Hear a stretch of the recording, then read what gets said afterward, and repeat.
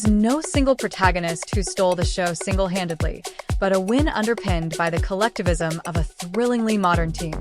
Washington's Sundar had to wait. Wait till the Aksa Patel and Varun Chakravarti logged off the miserly shifts, stirring much of their damage. Wait till Shivam Dube's two-over burst, erratic yet productive, and wait till India could sniff the victory that gives them an unassailable 2-1 lead, and that keeps Suryakumar Yadav's flawless series-losing record intact. Washington ensured the wait was worth it, as he grabbed 3 wickets, including Marcus Stoinis, Australia's last flickering hope of surpassing the target of 168, and condemned the hosts to a 48-run hammering. The plot of India's convincing victory flowed like a classical ensemble cast movie. There was no single protagonist who stole the show single-handedly, but a win underpinned by the collectivism of a thrillingly modern team. Every superstar just another cog in making the machine roll ruthlessly, a group unflinchingly brave in attitude, and supremely talented core of condition-proof performers. Suryakumar's men have conquered all shores they have set their foot on. On Sunday, they could potentially embellish the list by surmounting Australia in a final fixture in Brisbane, the ideal fuel for their World Cup defense quest. The closest to a solo show in the game was delivered by Aksa Patel. With a 4-over burst of immaculate control and 2 wickets, besides 21 runs off 11 balls, a player of the match check, he could call himself the first among the equals. Without his last-over fireworks, which yielded 14 runs, Australia would have not panicked as much as they did in the latter stages of the match. If India stumbled from 121 for 2 in 14 overs to 131 for 6 in the space of 15 balls, Australia stooped from 67 for 1 in 8.4 overs to 103 for 6 in 14.3 overs. Whenever Suryakumar has looked vexed, he has turned to Aksa, be it with ball or bat. He has batted up the order, in the middle or lower down the pile. Whenever the captain needed to stem the run flow, or needed a wicket after the new ball burst, he sought the obliging arms of Aksa.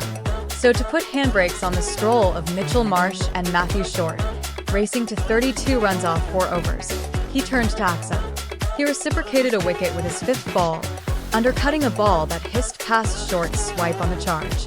The undercut ball, with a near horizontal seam position, is his most destructive weapon.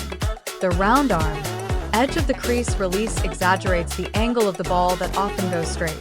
Thereafter, he kept mixing his lengths, alternating between good and hard, to keep batsmen confused. As much precision, he has a knack of realizing the batsman's strengths and flaws. He explained his line of thought after the game. "I was thinking, what's the batsman's strength? If their strength was to hit down the ground, they were looking to bowl on a 5 to 6 meter good length. If it was sweeping, I was looking to bowl a full one." He exploited the dual bounce and slowness of a surface too.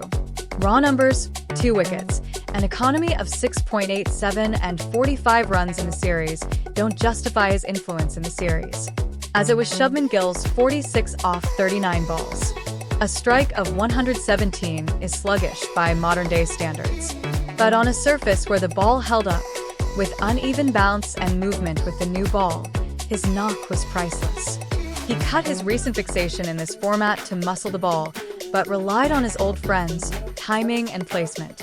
When his partner Abhishek Sharma dropped on 0, struggled to time the ball, he stroked a few gorgeous 4s to keep the run rate at 7 or thereabouts.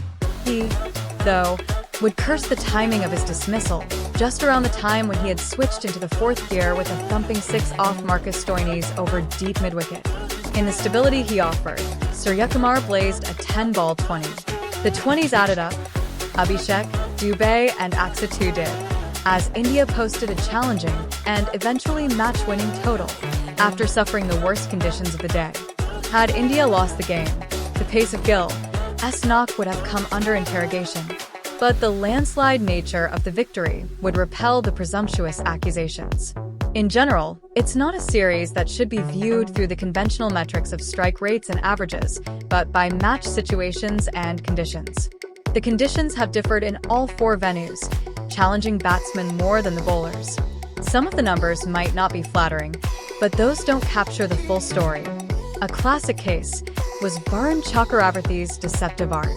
A lethargic Glenn Maxwell was his lone wicket, off his last ball of the night, but most of Australia's batsmen, even in the fourth game of the series, had little conviction in dealing with him. The seamers performed their duties too. Arshdeep Singh swung the new ball and dismissed Josh Philippe with his second spell. Jasprit Bumrah, yet again, bowled with sting. Not to discount Shivam Dubé, whose 2 overs were plundered for 20 runs, but nailed Tim David and Mitchell Marsh, the hosts' 2 most dangerous batsmen, to amplify the notes of collectivism that have rung loud for India this series.